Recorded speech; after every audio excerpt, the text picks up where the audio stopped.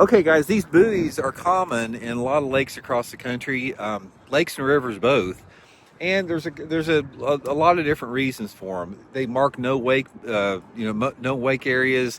They mark hazards. They mark channel, basically channel drop offs. There's different type of buoys and everything. Some of them are white, some of them are big cans in the water. But the common thread that they all have is they are connected to the bottom by a cable and a huge piece of concrete. If you've ever seen them, these big pieces of concrete, they're like, 3 or 4 feet, like 3 by 3. They're way freaking a ton with a big cable on there.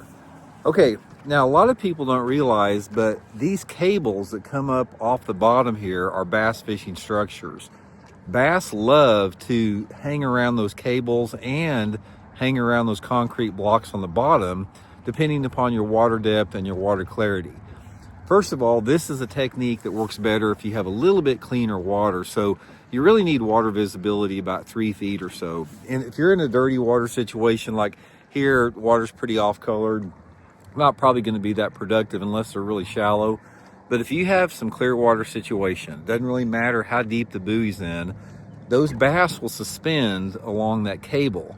And I've seen them do it everywhere, guys. I've caught smallmouth up at Lake St. Clair and smallmouth up in St. Lawrence River up in New York. I've caught them, Lake Champlain on them. I've caught them, different places, Lake Eufaula in Alabama. I've caught them in a lot of different type of areas where you have these particular type of structures there. And the thing about it is the fish are either going to be suspended on the cables or they're going to be on the concrete on the bottom. Now, if you've got these buoys that are like in less than 20 foot of water, a lot of times those fish will be in and around the concrete on the bottom. That concrete's basically just like a big rock down there. So I'll throw a jig or a shaky head or something like that along the bottom.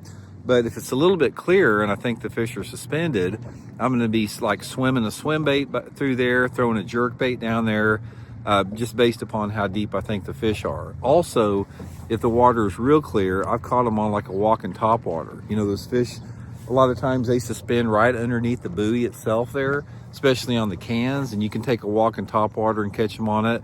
But probably the two techniques I've caught the most is like a 3-inch swim bait, just casting that swim bait, 20 foot or so past it and reeling it down through the water column about anywhere between 10 to 20 foot down, depending on how deep the cable is, or, fishing the concrete on the bottom. It's definitely something that's worth, it's worth, making a few casts around it anywhere you go.